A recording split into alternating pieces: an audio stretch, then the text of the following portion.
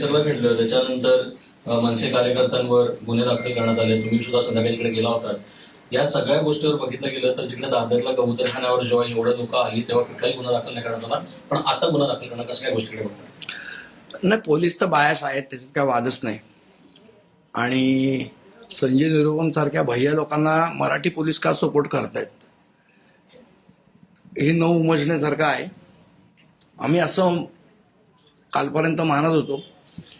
सन्माननीय एकनाथ शिंदे सरकारमध्ये आहेत.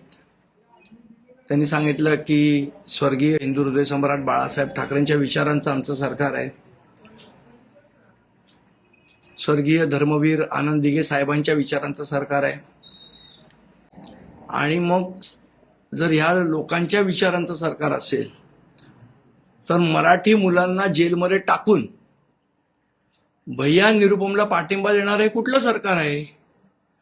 जो माणूस मराठी भाषेला विरोध करतो त्या माणसाला तुम्ही त्याच्यावर काही कारवाई करत नाही, उलट त्याला प्रोटेक्शन देऊन त्याला परत पाठवता आणि आमच्या मराठी मुलांना जेलमध्ये टाकता. हे कुठलं सरकार आहे? हे नक्की बाळासाहेबांच्या विचारांचं सरकार आहे? हे नक्की आनंद दिघे साहेबांच्या विचाराचं सरकार आहे का? हा आमचा प्रश्न आहे.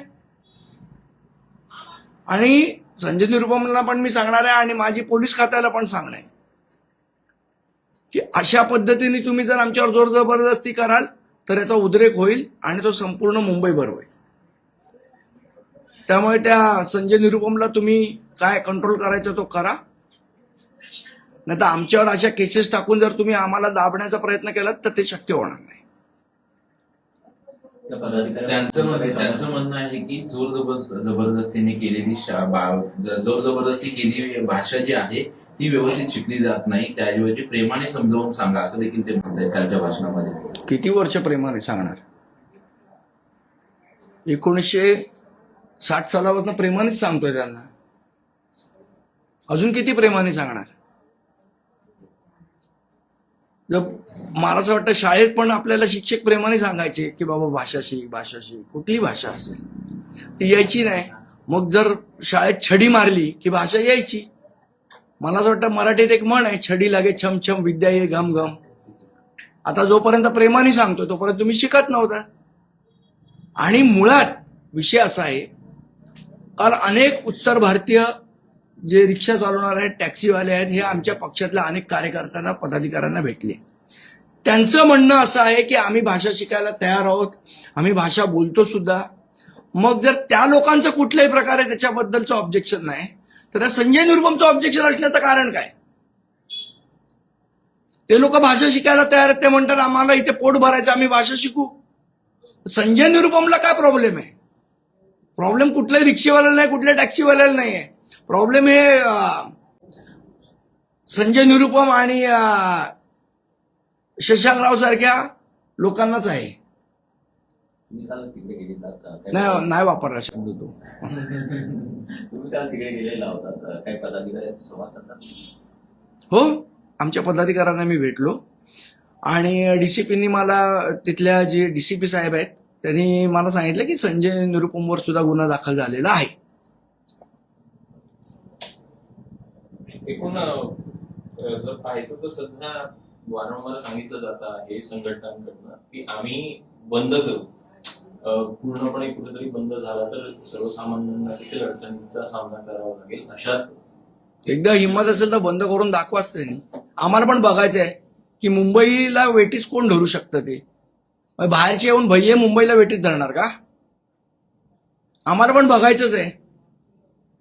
जे आकडे सांगितले जातात की इतक्या लोक खोटे आहेत ते. अविनाश जाधव खोटे म्हणतात, मात्र तरीही लोक जर संप करणार असतील तेच गोष्ट तुम्ही बोलताय का की आम्हाला तेच बघायचं? हो, आम्हाला बघायचंच आहे ना की मुंबई बंद करण्या एवढी ताकद भैयांमध्ये आली आहे का? आम्हाला बघू दे. जवळपास 15 लाख रिक्षा चालक संपवले जातील असं देखील शशांक म्हणतात. कसले 15 लाख आणि कसला 15 माणसं जाणार नाहीत. आणि त्यांची मुळात मानसिकताच नाहीये संपावर जायची. ते म्हणतात आम्ही मराठी भाषा शिकायला तयार आहोत. त्यातल्या बऱ्याच लोकांना तर येते. मग शशांकरावला काय प्रॉब्लेम आहे? आणि कायदा आहे, कायद्याचं तुम्हाला पालन करावंच लागेल ना. जर कायदा आहे तर ते कायद्याचं पालन करणार नाही, हा कुठला उर्मटपणा आणि उद्धटपणा? आणि नाही पालन करायचं, तुमच्याकडे रोजगार मिळत नाही म्हणून तुम्ही आला तिथे. तुम्ही सांगतात की संजय राऊत संजय निरुपमवर गुन्हा दाखल झालेला आहे, मात्र त्याला अटक केलेली नाही. नाही, माझ्या मते तो काही अटकपात्र गुन्हा नसेल, त्यामुळे केली नसेल अटक. काय अटक बिटक करायची तर ते आम्हालाच करतात. संजय निरुपमला वगैरे भैया लोकांना सूट दिली पोलिसांनी. कायद्याच्या बाबतीमध्येच विचारतो. काल परिवहन विभागाने पुन्हा आता सूचना आणि हरकती मागवणारा एक ड्राफ्ट तयार केला आहे, ज्याच्यामध्ये मराठी सक्ती करण्यात येत आहे. याचा अर्थ यापूर्वीचं जे परिपत्रक आहे ते कुठेतरी कायदेशीर कारवाई करण्यापुरतं पुरेसं नव्हतं, आणि त्यामुळे आता परिवहन विभागाने आता हे ड्राफ्ट काढलेलं आहे. त्यामुळे 30 जर दिवस कायद्यात लागणार त्रुटी आहे. असतील तर 30 दिवस लागू दे, नाहीतर 20 दिवस लागू दे, कायद्याची अंमलबजावणी झाली पाहिजे. आमचं काय म्हणणं नाही की 2 दिवसातच अंमलबजावणी करा. कायद्याची अंमलबजावणी होणं महत्वाचं आहे. विषय फक्त मध्ये सोडू नये.